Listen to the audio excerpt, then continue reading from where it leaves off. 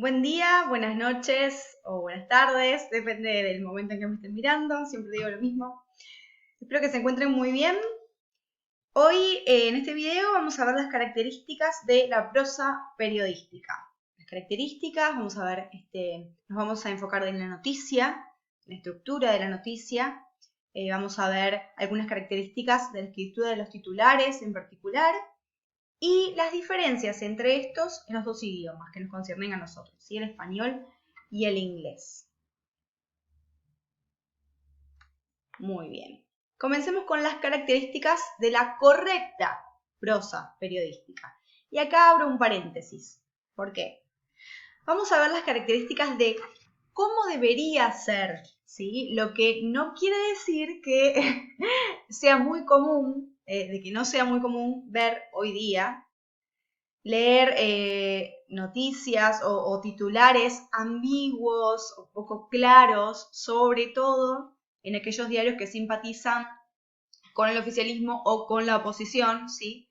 Están muy marcados políticamente, digamos. Bueno, acá vamos a ver lo que debería ser, ¿sí? Que deberían ser lo más objetivos posibles. Bueno, eso no quita que ocurra lo contrario con fines políticos. Dicho esto, comencemos. Ustedes pueden pausar el video para leer con detenimiento el párrafo que les estoy mostrando. Es del diario chequeado.com. Así lo leen tranquilos, ¿sí? Quiero destacar 4 características. La primera, sencillez. Se debe evitar el uso de palabras poco corrientes. Si tenemos que emplearlas, estas se definen y luego se utilizan a lo largo del texto, ¿sí? Pero, bueno, a su vez también tenemos que evitar las repeticiones innecesarias. ¿Cómo? Con el uso de sinónimos, uniendo oraciones que tengan el mismo sujeto, con pronombres. A veces podemos omitir alguna palabra porque se sobreentiende, ¿sí? No es necesario repetir tanto.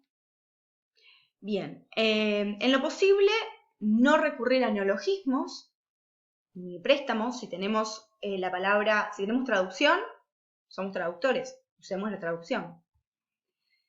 Deben evitarse los giros rebuscados. Es conveniente redactar oraciones breves, ¿sí? Evitar la subordinación densa.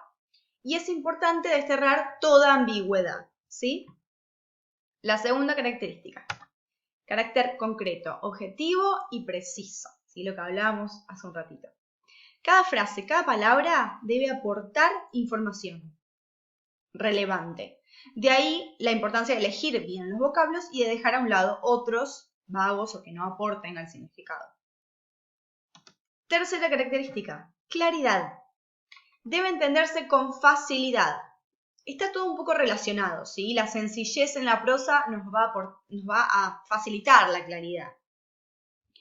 Predominan los rasgos denotativos del significado sobre los metafóricos. ¿Bien? Y la cuarta característica es el respeto por las normas, ¿sí? Que rigen la correcta escritura del español. A esas normas me estoy refiriendo. Bien. Atención. Debemos evitar los recursos literarios, puesto que quitan objetividad a la prosa periodística, y tienen un ejemplo. Los párrafos hinchados, exagerados serían, o redundantes. Ustedes vayan leyendo, vayan pausando y vayan leyendo los ejemplos. Yo no los leo para que no sea muy largo el video. Y las palabras o expresiones populares o vulgares, ¿sí? Se lavó las manos. Bien, veamos ahora la noticia. Nos vamos a enfocar en la noticia. Hay distintos tipos de textos periodísticos, pero nos vamos a enfocar en la noticia, porque es la base de la información periodística. Una noticia es un acontecimiento novedoso, de actualidad y que tiene interés para un gran número de lectores, ¿sí? De distintas edades, de distintas clases sociales, se puede decir. Los 3 principios básicos que rigen una noticia son la brevedad, la objetividad y la claridad. Rasgos también de la prosa en general periodística. Los elementos que debe reunir una noticia se conocen en el argot periodístico con el nombre de 6W, por los vocablos del inglés what, who, when, where, why and how, ¿sí? Y how. Puede faltar alguno de estos 6 elementos en alguna noticia, pero lo normal es que estén. Veamos ahora la estructura. Suele tener una estructura determinada. Por un lado tenemos la zona de titulares, que comprende el antetítulo, el título y el subtítulo. Estos deben recoger lo esencial de la noticia y deben procurar atraer la atención de los lectores, ¿sí? Son un resumen del contenido de la noticia. El antetítulo, el primero, puede faltar, no está en todas las noticias, es el que contextualiza. Economía, deportes, turismo, ¿sí? Ahora vamos a ver unos ejemplos igual. Por otro lado, tenemos el título, que ese sí es indispensable y no puede faltar. Ya vamos a hablar en particular de los títulos. Y los subtítulos, que estos sí pueden faltar, como el antetítulo, son títulos secundarios que a veces se colocan después del título principal y que lo que hacen es ampliar la información del titular y del antetítulo.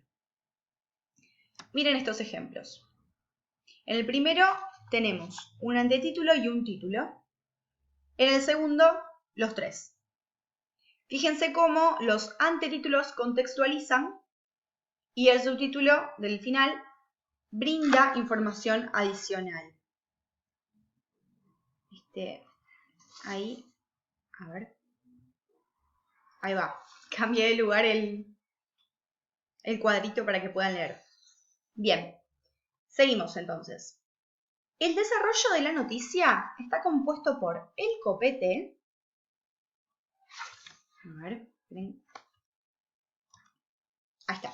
El desarrollo de la noticia, decíamos, está compuesto por el copete, que también se puede llamar entradilla, entrada, bajada, del inglés lead, que es el párrafo que amplía los titulares. Este es el que reúne las 6 W principales de la noticia. Puede aparecer en negrita como primer párrafo del cuerpo de la noticia. Suele llevar punto final, porque es un párrafo, ¿sí? Pero depende del manual de estilo del cliente. Pueden encontrar por ahí copetes sin puntuación final, sobre todo en inglés. En esta materia, el punto final se coloca, ¿sí? Ustedes tienen que hacer de cuenta que yo soy su cliente y les pido que coloquen el punto final en el copete. De hecho, es una consulta que les hice a los de la Fundeu y me dijeron que es un párrafo que debería llevar. Pero bueno, siempre depende del manual de estilo. Así que mi manual de estilo para ustedes es que coloquen el punto final en el copete. Por último, el cuerpo es el desarrollo de la información en el que se amplían los detalles y se proporcionan datos complementarios. Tiene una estructura piramidal, ¿sí? Comienza el cuerpo de la noticia con los datos más relevantes y luego estos se van aportando datos complementarios o de menor interés, ¿sí? Por eso es piramidal. Ahora sí, vamos a ver en detalle las características de los títulos.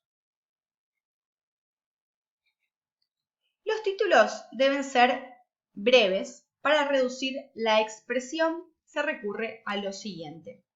Cuando digo que deben ser breves, si tienen, por lo general, vieron que en español usamos más palabras para decir lo mismo que en inglés. Bueno, ustedes traten de mantener la brevedad del titular, ¿sí? A veces no es necesario poner cada detalle. Que se entienda, que no se pierda el sentido, pero que se mantenga la brevedad del título. Bueno, ¿cómo hacemos para reducir la expresión, ¿sí? Para reducir el titular. Bueno, se recurre a la sustantivación de expresiones verbales, por ejemplo, visita del intendente de Las Rosas, en lugar de el intendente de Las Rosas visita. La eliminación del verbo paritarias, nuevo acuerdo, no hay verbo ahí.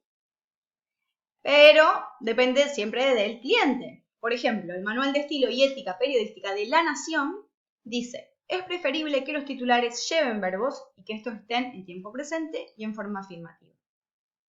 En efecto, si se emplean verbos, estos se conjugan en presente de indicativo. Rusia y Ucrania negocian el futuro de la flota. Los verbos ser, estar o cualquier otro de fácil elipsis suelen omitirse. La culpa de Japón. ¿Están viendo? A veces se suprime el verbo para introducir el estilo directo. Juan Pérez. ¿Qué pasó con Candela? Es corriente la supresión de los artículos y de otros determinantes. Miren esto. El régimen de Pinochet pidió pena de muerte para opositores. ¿Sí? En lugar de el régimen de Pinochet pidió la pena de muerte para los opositores. De los 3 artículos que podría haber, solo se usa el primero. En el régimen. Es decir, si los podemos evitar, los sacamos. Bien. Aquí. Es corriente la anteposición del complemento circunstancial del lugar, es decir, ¿dónde? En Las Rosas arrancan las clases. Es habitual el estilo nominal, ya lo dijimos, pero vamos a ver otro ejemplo. Incidentes entre la Guardia Nacional y grupos de adolescentes. Bien. Incidentes, dice ahí, entre la Guardia Nacional y grupos de adolescentes. Y por último, recuerden que la puntuación se limita en los titulares a la coma y los 2 puntos. No tienen puntuación final los titulares. Y no me van a poner un punto final porque es un error de puntuación. Cuidado con eso. Bien, para concluir, vamos a ver las diferencias principales entre los titulares en inglés y en español. Titulares. Veamos. En inglés, los titulares son oraciones incompletas, casi ininteligibles, mientras que en español son lo más claros posible. Son oraciones cortas, pero completas, ¿sí? No tienen ausencia de elementos importantes para su entendimiento. Debido a estas diferencias, cuando los titulares se traducen del inglés al español, el traductor tiene que llenar el vacío informativo del texto fuente, mientras que cuando se traducen del español al inglés, a la inversa, se debe hacer la técnica de sustracción para que se ajuste al estilo de la lengua de llegada, es decir, al inglés. Bien, tanto en inglés como en español, los titulares se expresan principalmente en tiempos presentes, ¿sí? Estos tiempos verbales no necesariamente expresan eventos que están ocurriendo, sino que también pueden referirse a situaciones que ya ocurrieron o que ocurren frecuentemente. Como dijimos antes, los artículos se omiten cuando se enuncian los titulares en inglés, mientras que en español, ojo con esto, suelen omitirse. Se puede encontrar alguno, pero suelen omitirse. En caso de traducirse el titular del inglés al español, no es necesario anteponer el artículo donde se sienta la falta de este, ¿sí? Siempre y cuando se mantenga el sentido. Ya tienen unos ejemplos, ustedes pausen y léanlos tranquilos.